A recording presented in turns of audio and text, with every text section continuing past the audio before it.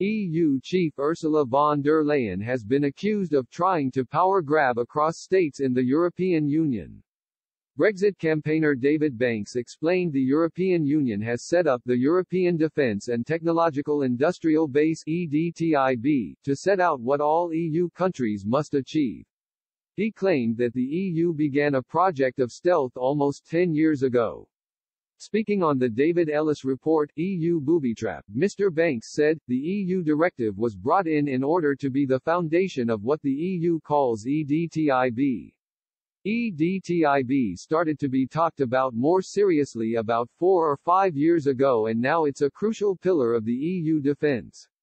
It provides the EU with the basis on which the whole EU's defence and industrial market.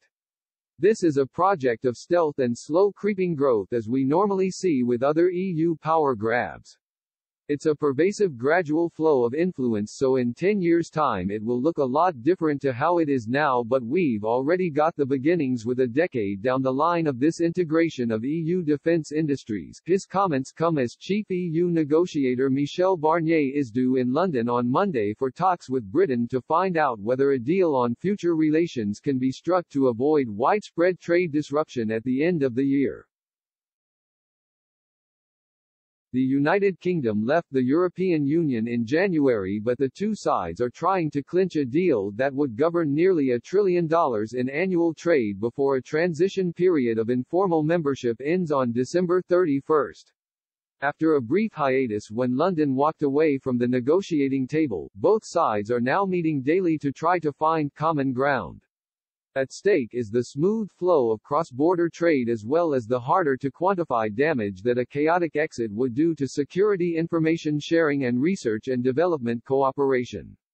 Barnier and his EU team will be in London until Wednesday, after which talks will switch to Brussels and continue through the weekend, an EU spokesperson said. EU diplomats were not expected to be briefed on progress in the latest batch of talks until later in the week. Since talks restarted last week, British ministers have said real progress has been made and that there is a good chance of a deal.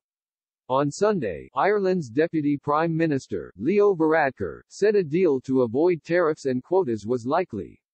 After some progress on competition guarantees including state aid rules, the hardest issue remains fishing. British Prime Minister Boris Johnson has insisted on taking back control over its waters while the EU wants access.